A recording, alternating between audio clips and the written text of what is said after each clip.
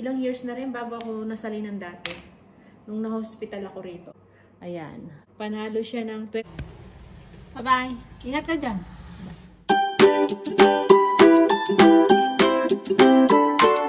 Hello kabayan! Always think positive! Morning! Gano'n lang tayo. Nagpiprepare.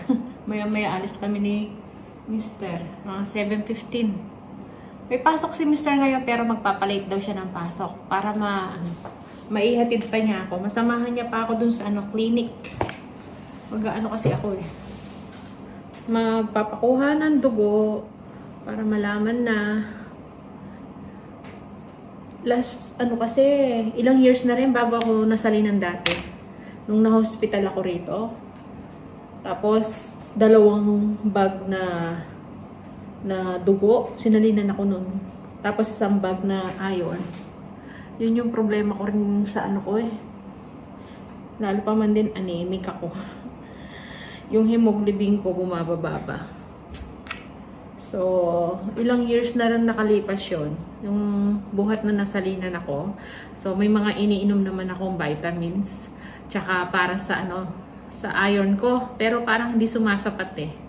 Kaya sabi ko, sana nga, pag nakita na salinan na ako ni doktora ng para medyo makabawi-bawi naman ako. Kasi yung mga sintomas na ko pa siya. Nararamdaman ko. Yeah, malulubat na yung ating gimbal. So, yan. Ayos-ayos lang tayo. Hintayin ko lang si Mr. naliligo. After ko lang magpakuha ng dugo, saka siya papasok. Si panganay pumasok. Si bunso sa Tuesday pa yung pasok niya. So, pinagluto ko lang ng almusal si panganay kanina. Pero may binaon naman siya. Yung niluto ko kagabing fried chicken na minarinate ko sa karage.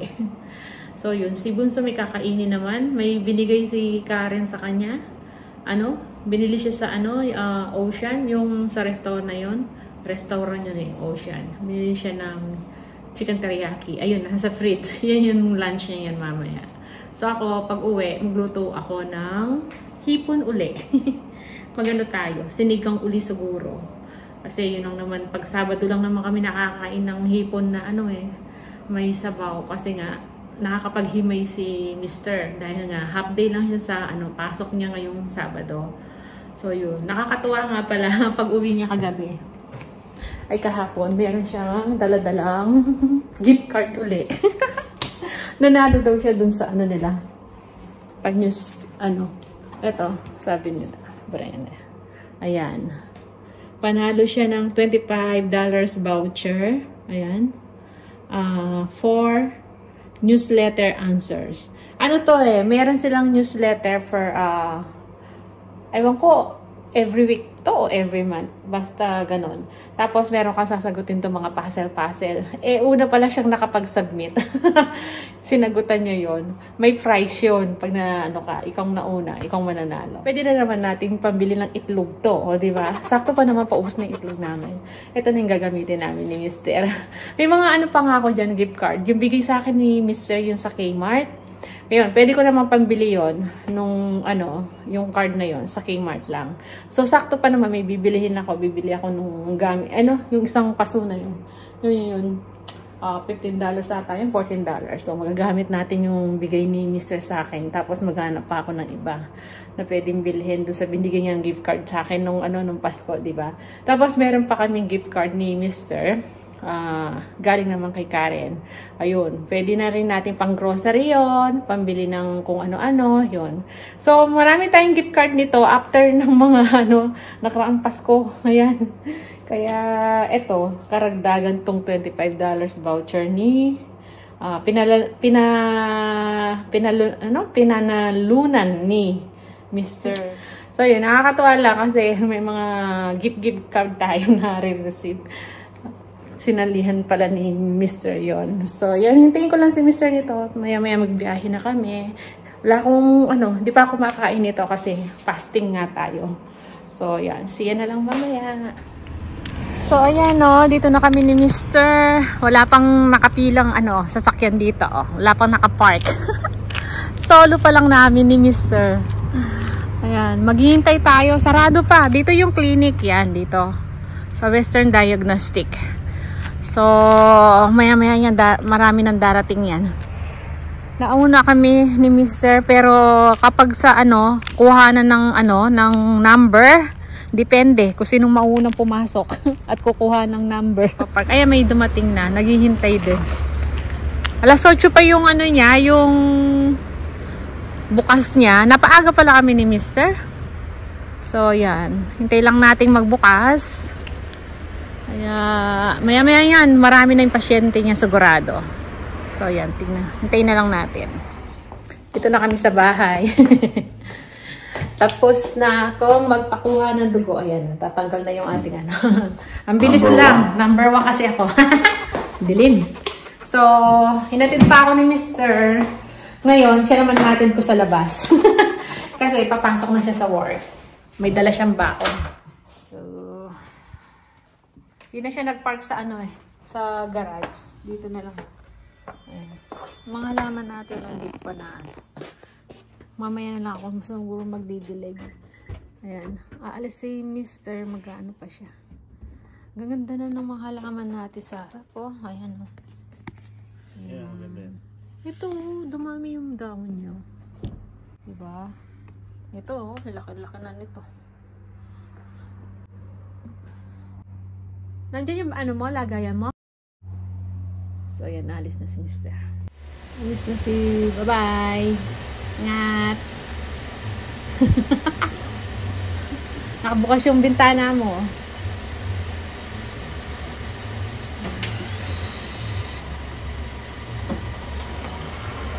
Alis na si Mr.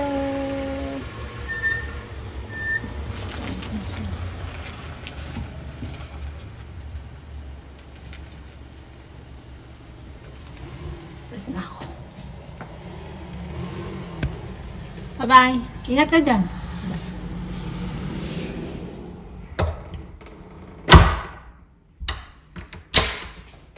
So, ayun. Nakaalis na si Mr. Tayo naman dito ay mag-aasikaso, liligpit. Si Bunso yun, nagising na. Pero hindi pa yata nag-almusal. So, nagbaon si Mr. kasi malilate na ng uwi yun. May isang itlog pa dyan, kakainin ko. Yung natitirang, 2 piraso na lang adobo. So, ito yung ating hipon. Luto ako siguro. Gusto ko ng sabaw. So, yan. Hindi pa tayo nakakapaglinis eh. Dahil nga maaga tayong umalis. So, magliligpit. Ano ba yan? So, magliligpit lang ako nito. Yusin natin yung mga Hindi na ako nagdilig. Mamayang hapon na lang. Mainit na, oh. Naglaba pa nga pala ako ng mga Yan. Laban ko yung mga sapin ng Ito. Cover ng Fusion natin. Nagpalit ako. Pero ito. Same pa rin. So, yun. Mag-vacuum ka. So, yun. Baka kumain muna ako. Nahihilo na ako. Mag-almusal muna ako. So, yan. Balik tayo. Late na ako nakapagluto. Ayan yung ating hipon. Ito na lang yung natitira. Niluto ko na lahat. As usual, niluto ko sa niluto natin sa sinigang. Sa sinigang mix. Ayan. Kasi gusto ko kumain ng na may sabaw. So, ito lang naman yung naisip kong pwedeng lutuin ko. Kasi Mr. gusto niya yan eh. So, inubos ko na lahat. Tapos, yun nga. Nandito yung ating iPad kasi nga naka-charge nga eh. Tumatawag pa lang si tatay, hindi ko alam. Hindi ko narinig. Naka-charge nga ako. Napapikit ako kanina. Kasi nga parang mahilo-hilo ako. Yun.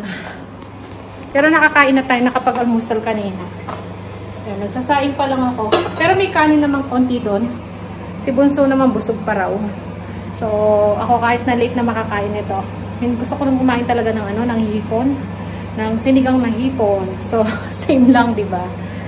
So, yun. Napatawag nga si tatay kasi dumaan daw yung kumare ko doon.